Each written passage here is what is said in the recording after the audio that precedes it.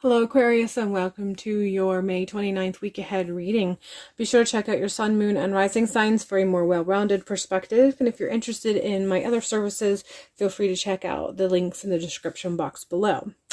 All right, we're going to start out with a little bit different setup today. Not only have I pulled the cards, but I've also pulled a rune. So we're going to start with the rune, and this particular rune is Gibo. And this has to do with, this is coming in strong with the give and take energy. This is coming in strong with your relationship or your connection with give and take, how you understand it, how you move with it, how you may accept it. So there are quite a few people who have a tendency to be very comfortable with always receiving and never questioning whether they have a worth or where they are permitted to receive. And then there are other people who they don't have a comfortable relationship with the act of receiving. They're more than willing to give. They have no problems or qualms with giving, but they struggle from the receiving end.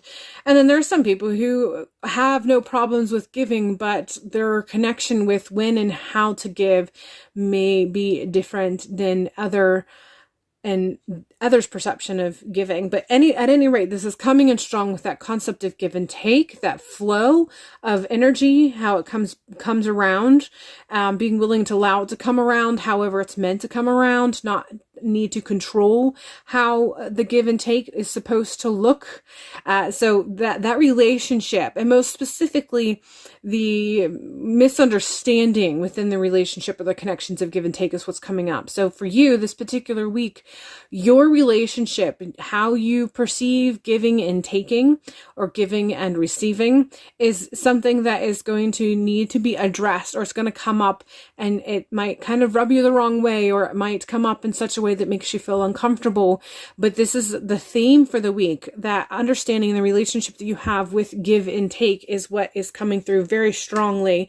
And we're continuing on with the Eight of Wands, and there's movement or action that's available. And what's interesting about the Eight of Wands is generally in the typical scene, the Eight of Wands, all 8 wands are moving in a direction. Usually there's no figure in the particular card. It's just the 8 wands. The 8 wands are either flying up or down depending on the card and the angle and what have you. But in this particular card, in this depiction here, there's only one wand that's moving, and the person that's in this picture has to do the movement of it. There is an engagement that's required, and this is coming in when you really go deeper with that concept of give and take, and how this card or this rune and the connection that this rune may be making regarding your relationship with giving and receiving. This is really coming in strong, letting you know that there is some movement that's available to you as far as whatever's going on in your life, and you've been wanting things to move, but you are the one who has to engage with the movement. So the tools have been given, they have been provided, but you have to engage. There is movement that's available. The space for movement is there, but you have to be the one who partakes in actually creating the movement, igniting, doing the throwing, doing the engagement with the work that is required. So however that corresponds with this give and take, for each of you it may be a little bit different. For some of you it might be having to do the work to make it so you are allowing yourself to receive the tools. And some of you, it may be that you received the tools and you had no problem receiving the tools, but you're not really feeling that equipped with the giving of it, because you feel like you have to hold on to the resources that are at hand for future events. However that this may be a conversation you need to have in a time of meditation or spiritual connection regarding the relationship or connections, but these are going to come up in some facet this particular week. And if you are one who is liking or desiring to go deeper with your personal practice and your connections, this can be a starting point for you this week as far as tapping into how you can grow, how you can deepen yourself. Three of Wands is letting me know that you will get to a point where you will reserve some of the options that you have received before you have to let them go. If you have to let them go at all, you might just walk away from them. But this is something that's going to come in the future. You might understand this better by the end of the week, but I feel like the full culmination of this is a little bit later into the future.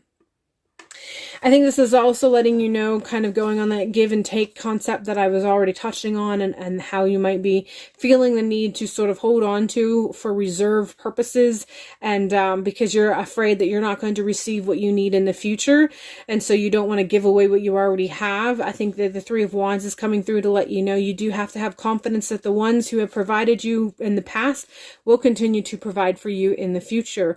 You shouldn't be putting so much fear into your movements, because it has an impact in the end on how things are going to come together. Things may still come together exactly how you wanted to, but it's going to come together under the vibration or surrounded with the vibrations of fear. So that relationship, again, factors in. How are you receiving it? Are you receiving whatever you're receiving with trepidation?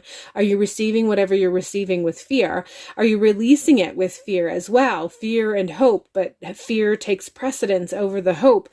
This all comes into play, and again, it's coming into play with that whole concept of your relationship and your perception of give and take.